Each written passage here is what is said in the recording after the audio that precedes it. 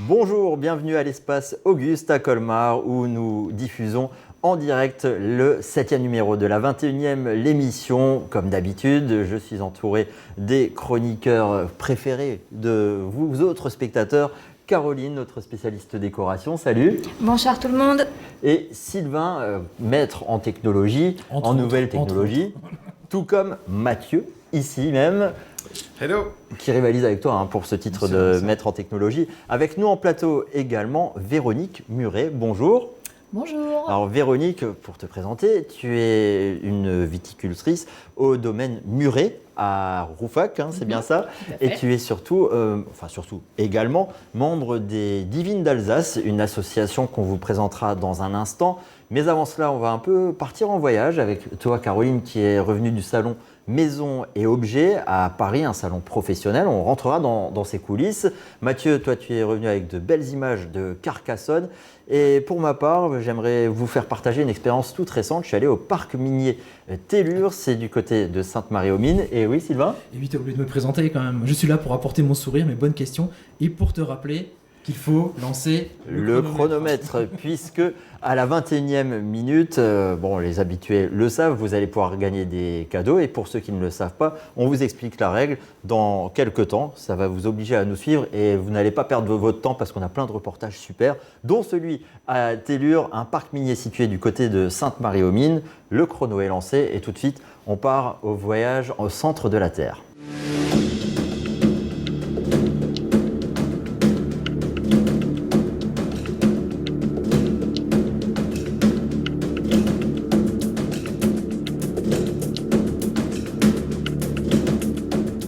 Amateurs d'escape game ou de via ferrata, saviez-vous qu'on peut pratiquer ces activités et bien d'autres encore sous la terre ? Ça se passe du côté de Tellure, dans le Val d'Argent, tout près de Sainte-Marie-aux-Mines, à l'intérieur même de la montagne. Tellure, c'est un parc minier qui a ouvert en 2009 sur le thème des mines d'argent. Donc tout le bâtiment que vous voyez là a été directement construit sur une ancienne mine, la mine Saint-Jean-Engelsbourg.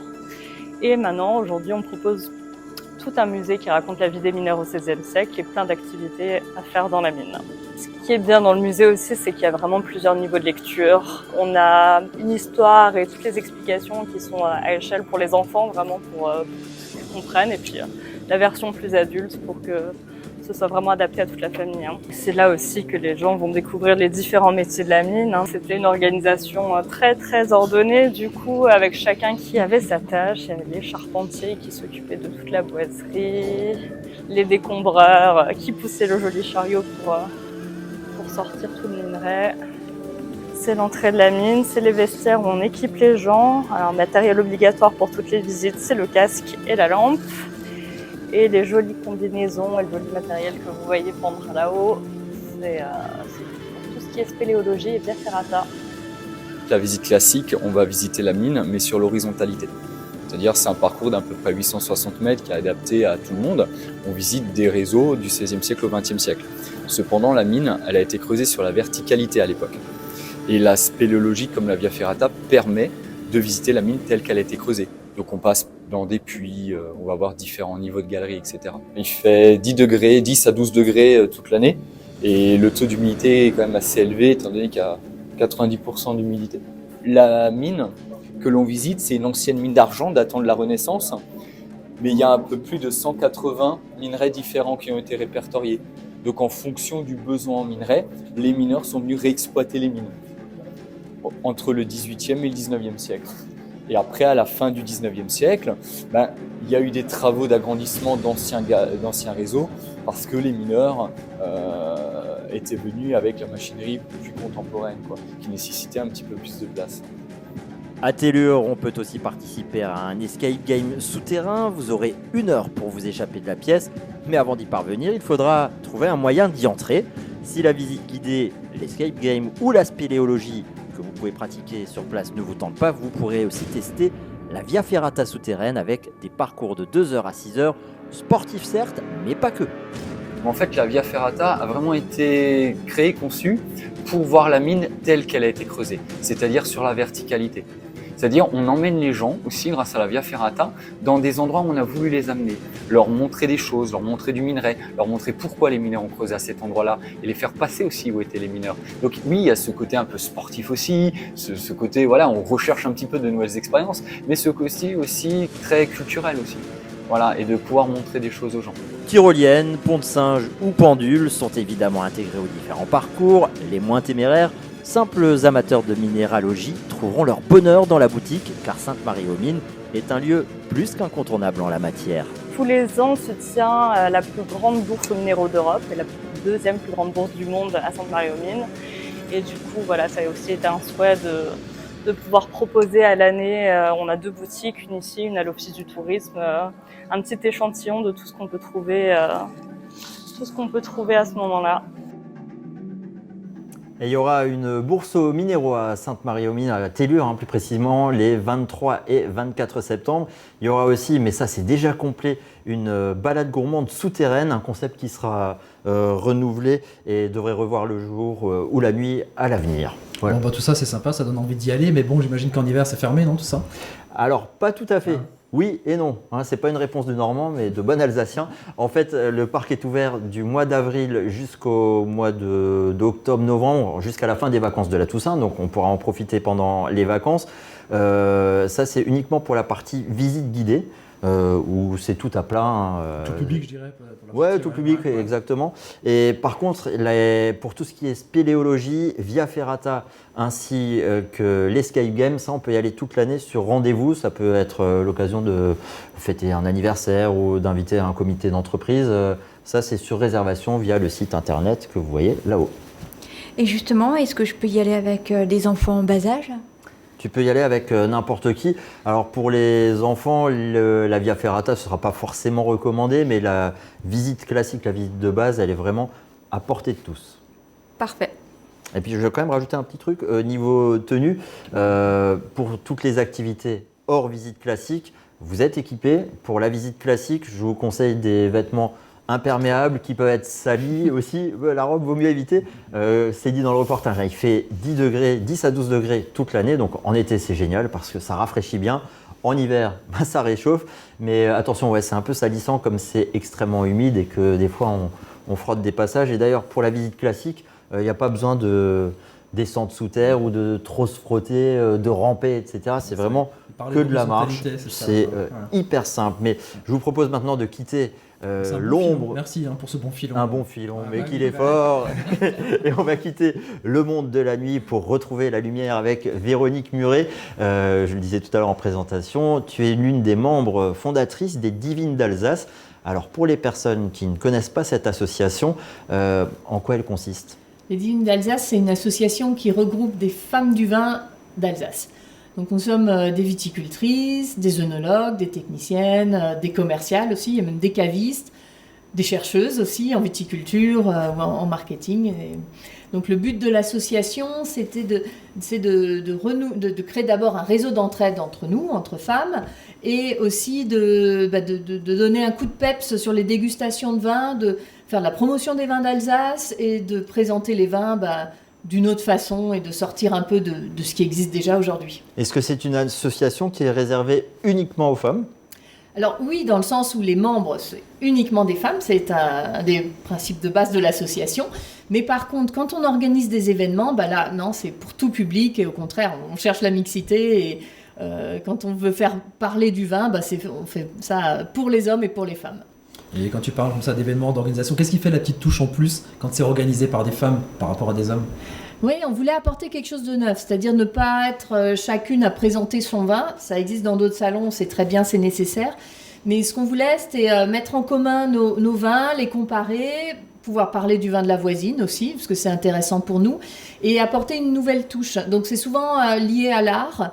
Par exemple, la dernière dégustation qu'on a fait en juin, c'était sur les couleurs, une dégustation chromatique sur le thème de la couleur. Donc c'est une nouvelle façon d'accéder à la dégustation en parlant d'abord de la couleur du vin. Et un des prochains événements, par exemple, on va participer dans le cadre du Festival de Jazz à une dégustation justement et concert d'un quartet de jazz au Grillen le 23 septembre. Alors le Grillen, je précise juste, c'est à Colmar, et le groupe de jazz, ce sera le Bessie Gordon Quartet. Absolument. Et donc là, on aura les viticultrices, quelques viticultrices qui vont présenter leur vin, et ça sera entrecoupé de dégustation de jazz. Donc alors, culture et vin. Et justement, pour avoir participé à certains événements organisés par les Divines d'Alsace, ce que je retiens, c'est que c'est démocratisé, c'est ouvert à tous. On n'a pas besoin d'avoir une culture du vin, on n'a pas besoin d'être un fin connaisseur. On peut y aller en toute bonhomie, entouré d'amis, avec son conjoint pour déguster du vin et tenter d'en découvrir un peu plus, d'en apprendre un peu plus, ou juste le plaisir de goûter du bon vin. Ouais, tu as bien résumé l'ADN de l'association. Et est-ce que le fait de s'être fédéré en association uniquement de femmes, pour les membres, on a bien compris que pour le reste tout le monde peut y accéder, ça veut dire que les femmes sont sous-représentées dans les milieux de viticole ? Oui, alors ça c'est une bonne question, parce que c'est vrai que aujourd'hui les choses évoluent beaucoup et ont beaucoup évolué ces dernières années, mais quand on a créé l'association, c'était en 2011, et on venait quand même d'un monde très masculin en fait. Les caves, il faut savoir qu'il y a 50 ans, les caves, elles étaient presque interdites aux femmes. Donc ma génération et celle d'avant aussi, on a dû ouvrir les portes. Les portes, elles n'étaient pas grandes ouvertes pour nous accueillir quand on venait avec un diplôme d'œnologue ou qu'on voulait travailler en cave. Donc il y avait ce côté-là un peu, on a eu quelques difficultés. Et puis aujourd'hui, même quand on accueille les nouvelles membres, certaines ont quand même toujours encore un petit peu doivent jouer des coudes pour se faire une place dans un milieu réputé masculin. Et dans les vignes aussi, on en voit de plus en plus des femmes au moment des vendanges, par exemple ? Ouais, pendant les vendanges, il y en a toujours eu, parce que les femmes sont peut-être plus patientes et plus minutieuses pour le travail de tri quand on doit vendanger. Voilà. Mais je pense ce qui est en train de changer, c'est que les métiers plus techniques, donc que ce soit caviste, on a de plus en plus de femmes, et puis maintenant on a aussi les femmes qui conduisent des tracteurs, ce qu'on ne voyait pas autrefois, et maintenant c'est en train de changer, donc c'est sympa. Alors, j'ai eu l'occasion d'assister à une conférence un peu professionnelle dans le domaine du vin, et la personne qui expliquait, qui parlait lors de la conférence, disait que c'est les femmes qui ont la meilleure palette de goût pour les dégustations. Est-ce que tu confirmes ou est-ce que... Alors, en fait, quand on parle de dégustation, moi je trouve qu'il y a surtout des histoires de personnalité, de ce qu'on va percevoir ou pas. Donc, je pense que la personnalité de chacun est plus importante que le fait d'être homme ou femme. Donc, voilà. C'est partagé, c'est bien, pour une fois, il y a une justice. Alors, nous sommes encore en pleine période des vendanges. Est-ce qu'il est trop tôt pour parler dès à présent de la quantité ou de la qualité du vin sur ton domaine ou sur plus généralement le vignoble alsacien ? Non, pour ce qui a été fait jusqu'à présent, ça se présente plutôt bien. On a récolté des jolis pinots noirs. Vous savez qu'il y a de plus en plus de rouges en Alsace, et des rouges qui ont vraiment de la personnalité. Donc ça s'est bien passé. Jusqu'à présent, on a aussi des quantités tout à fait correctes. Après 2 années de récolte plus faibles, on en avait besoin, et d'un point de vue qualitatif, ça se passe bien. Quelques petites parcelles qui étaient un peu plus délicates, où il a fallu trier le raisin, où il faut encore trier, mais ça c'est notre boulot, à nous de le faire.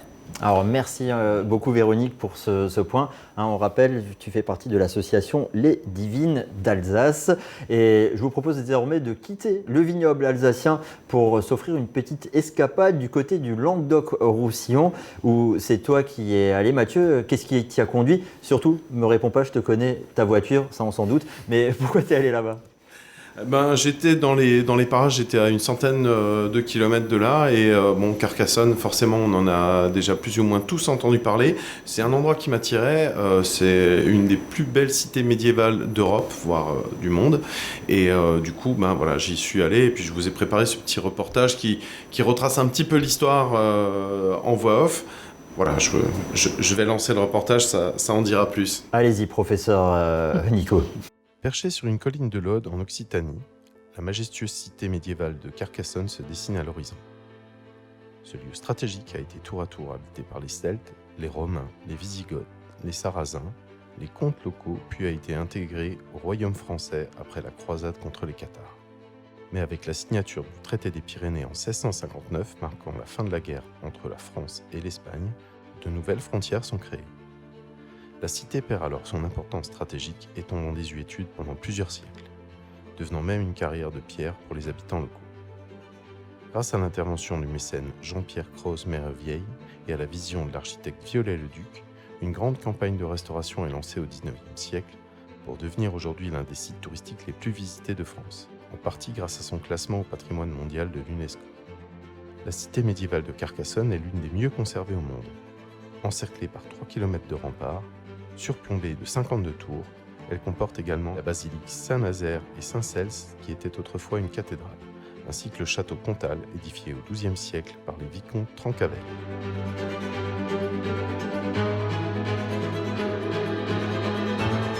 Lors de votre visite, vous pourrez admirer la cité, la basilique et le château, mais également un camp médiéval reconstitué pour découvrir les métiers anciens et la façon de vivre au Moyen-Âge.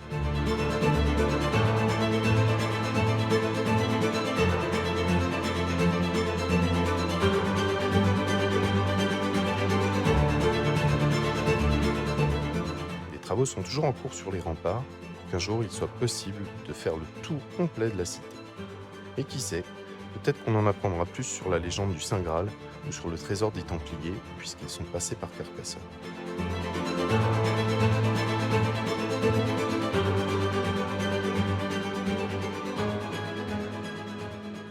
Ah, Sylvain, je t'ai senti captivé par ce reportage, le monde médiéval, ces cités, ça te parle? J'adore le monde médiéval, quoi. Et j'avais une question à Mathieu. Est-ce que tu as visité la chapelle Saint-Mathieu? Non, c'est la basilique... J'ai confondu alors, parce que c'est vrai qu'aujourd'hui, on est le 21 septembre, et c'est la Saint-Mathieu. Je me dis, il y a peut-être une chapelle Saint-Mathieu, éventuellement, en Carcassonne, non? Non, du tout. Il n'y a pas de chanson pour les joyeuses fêtes, hein, sinon on fait joyeuses Bonne fêtes. fête, Mathieu. Bonne fête. Merci beaucoup. Voilà, Il y a une chanson donc, sur les Mathieu, c'est hier qu'un cheveu sur la tête à Mathieu. Bon, il y en a un peu moins, Qui mais n'est pas du tout de circonstance. je suis mal placé pour en parler. Bon, en tout cas, pour redevenir un petit peu plus sérieux, ça a l'air vraiment très très joli. Toi, qu'est-ce que tu as préféré sur place? Alors, forcément, l'environnement, la cité médiévale est magnifique. Hein, déjà, ça en impose quand on arrive sur place. Ils ont fait des énormes travaux de rénovation au 19e siècle, ce qui fait qu'on a vraiment un aperçu de ce que c'était, même si apparemment il y a quelques erreurs historiques, notamment au niveau des toitures.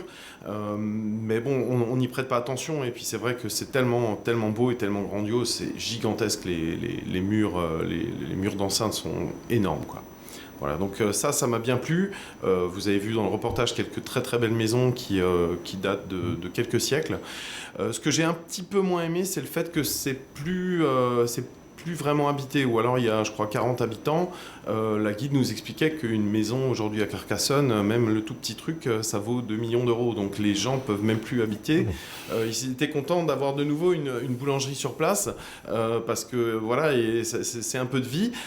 Et à côté de ça, c'est un des sites les plus visités de France, et c'est vrai que ça vaut le coup. Par exemple, quand vous voyez les images des vitraux, c'est des vitraux d'origine. Ils les ont démontés avant l'arrivée des Allemands pendant la Seconde Guerre mondiale, et ils ont réussi à les mettre. Et je crois qu'ils datent de 1200, quelque chose comme ça. Donc c'est vraiment des trucs qu'on peut voir qui sont vraiment superbes. Ah, si là, on a failli trouver quelqu'un qui parlait plus que toi encore. En tout cas, Mathieu, tu nous disais, avant qu'on procède à cet enregistrement, que tu as été aussi marqué par des légendes ou des trésors. Ouais, Est-ce que tu peux en faire partager ça? Alors, a priori, il y a les Templiers qui seraient passés dans les parages, et les Allemands et les nazis, quand ils sont venus durant la Seconde Guerre mondiale, ont même creusé sous la cité médiévale pour essayer de retrouver le fameux Saint Graal. A priori, d'après les historiens, il y a peut-être rien, il y a certainement rien, mais en tout cas les Templiers sont passés par là. Par contre, à quelques kilomètres de là, il y a un prêtre qui a fait des recherches Moyen-Âge, et qui est tombé sur une tombe dans laquelle il y avait des parchemins. Une découverte apparemment assez exceptionnelle. Il a contacté le Vatican pour faire part de sa découverte. Il y est allé en urgence à l'époque, donc au Moyen-Âge, aller au Vatican, ça devait pas être si facile que ça. Et en fin de compte, il est revenu sans les manuscrits, mais complètement riche. Donc personne ne savait exactement ce qu'il contenait. Donc il y a des rumeurs, soit c'était des textes qui remettaient en cause la religion, ou alors est-ce qu'il avait trouvé des informations sur Marie-Madeleine, ou est-ce que c'était des informations... on ne sait pas en fait. Et a priori, les parchemins sont encore au Vatican à l'heure actuelle. Et est-ce que tu t'es aussi un peu baladé dans les environs? Est-ce qu'il y a d'autres villages, villes ou villages, hein, que tu as particulièrement appréciés? Alors, j'étais assez excentré. Moi, j'étais plutôt du côté de la ville de Sète, que j'ai également visité et bien apprécié. Il y a un tronc commun, c'est le canal du Midi. Donc, c'est aussi un endroit qu'on peut voir dans le coin. C'est vraiment agréable de pouvoir s'y balader, surtout avec les températures qu'on avait cet été. Maintenant, j'ai bien apprécié l'ensemble, c'est-à-dire à la fois Carcassonne, les environs et toute la région de Sète, Marseillan. Là, c'est plus balnéaire, on va dire. Bien qu'à Sète, il y a pas mal de choses à voir qui sont très sympas et qui sortent du côté balnéaire. La prochaine fois, tu nous y emmènes, on sera 5 à 7, c'est toujours des moments assez agréables.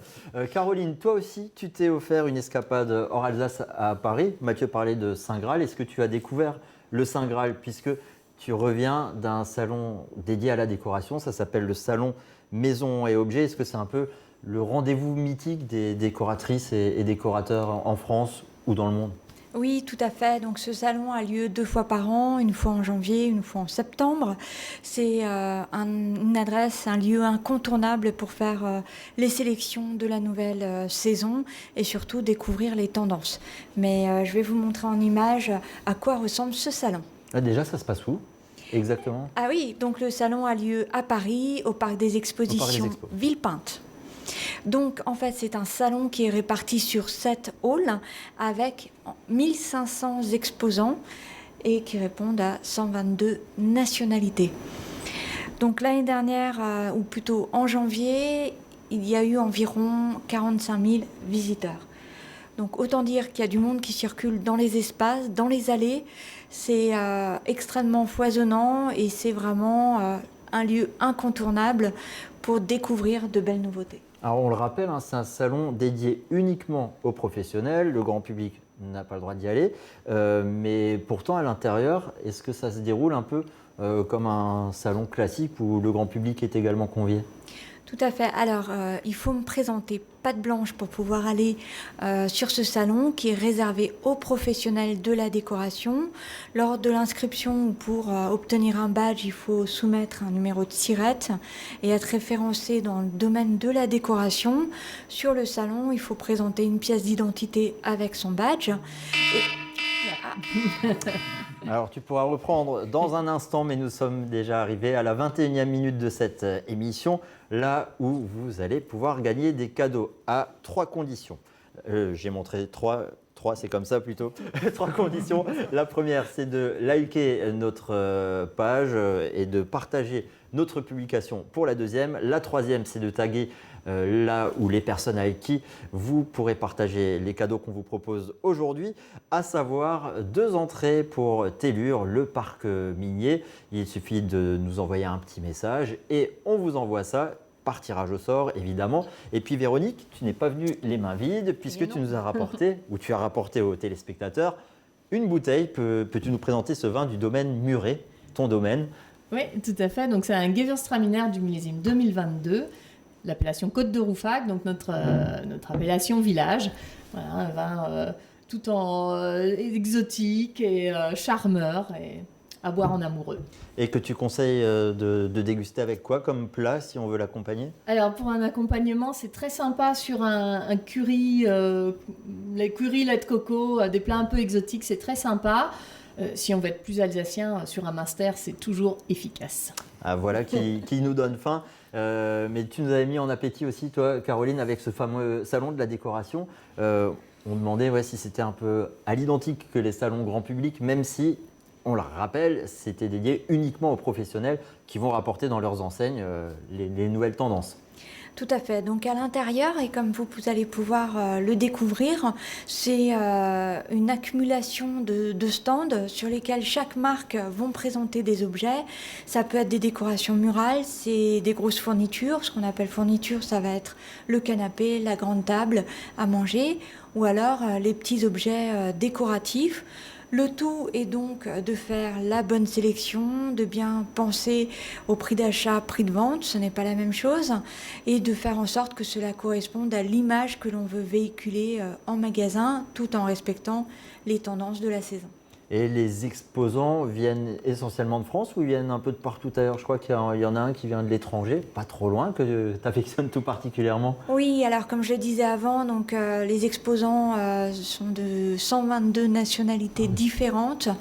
Mais là, je vais vous faire découvrir un que j'affectionne particulièrement. Il s'agit de Cerax, basé en Belgique, connu pour ses arts de la table, notamment chez les restaurateurs alsaciens qui en sont friands. Pour ma part, en magasin, je vais présenter les vases, les petits objets décoratifs et bien sûr les luminaires pour vous savez que j'affectionne ça tout particulièrement. Donc là, à l'écran, vous voyez des produits que j'ai sélectionnés, que j'ai commandés, et que vous allez pouvoir découvrir très prochainement en boutique. Et tu viens de le signaler, hein, ta grande passion, ce sont les luminaires. Est-ce que là aussi, tu as trouvé des choses qui sont déjà dans ta boutique ou qui vont y arriver prochainement, des petits trucs sympas ? Alors, j'ai redécouvert certains produits, donc c'est vrai que ma passion, c'est les luminaires. J'en propose beaucoup à mes clients. Là, celui que vous voyez à l'écran, c'est une belle harmonie, une belle association entre les matériaux naturels et les nouvelles technologies. Il y en a un peu pour tous les goûts. J'essaye vraiment aussi de faire une sélection par rapport à différents budgets, que tout le monde puisse trouver son bonheur en boutique. Donc certes, vous allez certainement reconnaître que j'ai déjà en magasin, mais il y a les nouvelles pépites qui vont arriver très prochainement.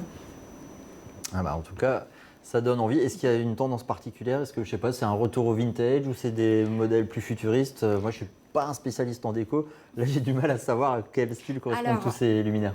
Alors effectivement, l'élément essentiel, c'est que on va vraiment faire appel aux matériaux naturels, le lin, le coton, le bois, ce genre de produits qu'on va associer à des nouvelles technologies qui répondent aussi aux normes actuelles.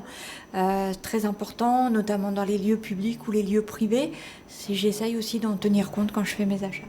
Ok, bah merci beaucoup. Est-ce que tu as fait des rencontres sympas sur le site? Je parle de rencontres professionnelles, évidemment. Ouais, j'ai eu le plaisir de rencontrer Karl et Coco. On veut voir les photos. Attention, ça va être psychédélique. Vous les reconnaissez, je les ai déjà en boutique et ce sont mes petits chouchous. Et on le rappelle, ta boutique se situe à Colmar, c'est Inspiration Design. Et bien voilà, cette émission est déjà terminée. Merci de nous avoir suivis. Merci à Véronique Muret des Divines d'Alsace de nous avoir présenté cette chouette association et d'offrir cette bouteille de vin. Merci aussi au Parc minier de Tellure qui nous a fourni 2 entrées pour quand vous voulez. Mathieu, toi, tu tenais aussi à adresser des remerciements à Carcassonne. Il y a quelques personnes qui t'ont bien aidé à nous offrir ces magnifiques images de cette cité médiévale. Tout à fait. Alors, il y a bien sûr l'office de tourisme de Carcassonne que j'ai contacté en amont de ce reportage, qui m'a ouvert quelques portes et qui m'a proposé cette visite guidée que je vous recommande bien entendu. Également, alors faut savoir que à Carcassonne vous avez la cité médiévale et à l'intérieur vous avez le château Comtal et c'est à part, et le château et les remparts c'est géré par les monuments nationaux, le centre des monuments nationaux. Du coup je les remercie également, les personnes concernées auront cette vidéo très rapidement. Alors pour finir le petit passage César ou Oscar, merci aussi à Caroline et à Sylvain d'avoir été à nos côtés. Merci à vous de nous avoir suivis. Et n'hésitez pas, si vous avez des envies particulières de sujets qu'on pourrait traiter, à nous en faire part sur nos divers réseaux sociaux. On se retrouve très bientôt, le 21 octobre précisément. Et on vous souhaite de passer plein de bons moments. Ciao, ciao. Ciao, ciao. Ciao. Salut.